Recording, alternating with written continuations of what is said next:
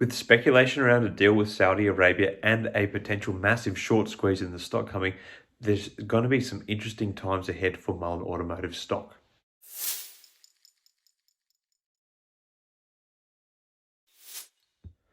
Hi again, everyone. I hope you're all doing really well. Obviously, Mullen is heading towards a big moment with its stock, and I thought I'd give my little 2 cents on what's going on. So, Mullen closed Tuesday's session down about 2.4% or 3 cents per share, which finished off at $1.22. However, it was able to reclaim 2 cents in the aftermarket, so overall ended up reasonably flat. Now, this is quite good news because that means that with only one session left to stay above the $1 mark, it looks like Mullen Automotive will regain its NASDAQ listing compliance, which is great news, and it removes a bit of a proverbial monkey off the company's back.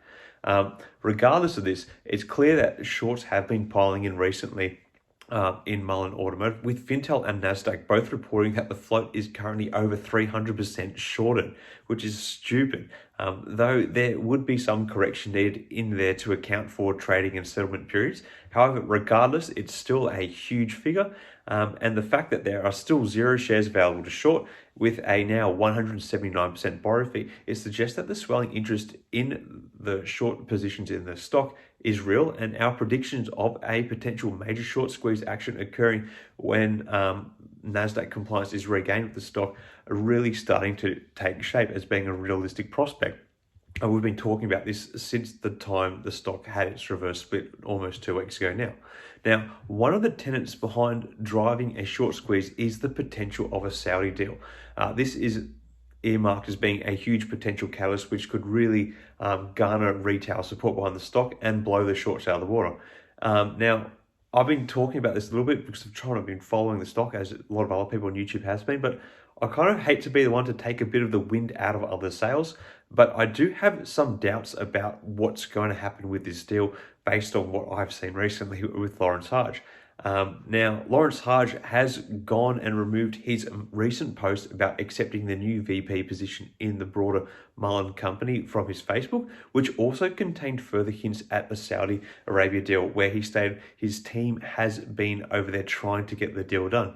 Now, this follows on from when he deleted his video where he basically said that a $10 billion deal had been agreed upon with the Saudis when he first became more officially involved with Mullen Automotive. So this doesn't look really good for the Saudi deal, that the little hints that we have been getting keep getting removed from social media.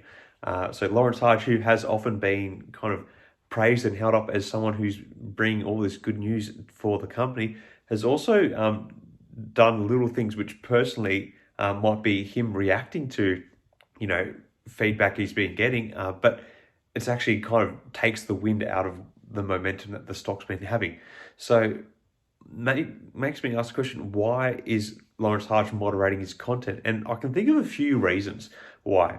So I'll take you through those. Firstly, perhaps the promise of the Saudi deal was too good to be true, so he is burying his tracks.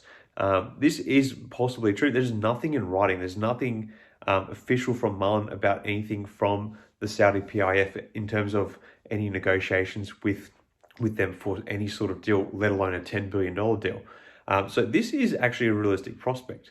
Now, alternatively, what could actually be going on here is that because, as Lawrence Hodge has pointed out, his team is over there doing negotiations, there probably should be a greater deal of privacy around what's actually going on. So the fact that he has been putting things on social media about this doesn't look very professional, especially considering he's the one who's supposedly leading these negotiations.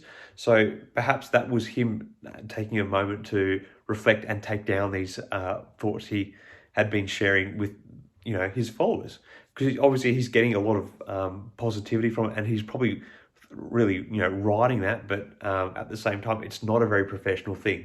And I'm not an expert in dealing with Saudi Arabian business transactions, but I'm sure that they would want some privacy around the deal too. Now, the other reason I want to point out, and this is the one that I think actually makes the most sense, Lawrence Hodge, now that he is a member of the executive team of Mullen Automotive, a publicly listed company, needs to be careful about what he posts online, as it could be perceived as manipulating sentiment around the stock, which would put him in a lot of hot water with the SEC. And given the way he puts up content, that perhaps might not be hard to prove if there were to be an investigation. So, the possibility is that it could be all three of these reasons in the end. But the fact that he's been taking down the content doesn't look good for the potential short squeeze. However, who knows? He could be doing some mad sort of bear trap where he's kind of takes down the content and brings all the shorts into the stock, and then announces there's some Saudi deal come Thursday, and so bang, there goes the shorts out of the water, and Marlin stock's going to explode. Now, I don't realistically think that's going to happen, but it doesn't look good, and it's kind of the flip flop nature that Lawrence Hodge has had in terms of his public profiles in regards to Mullen has kind of in the end I think been a bit detrimental, especially if this Saudi Arabian deal doesn't go ahead.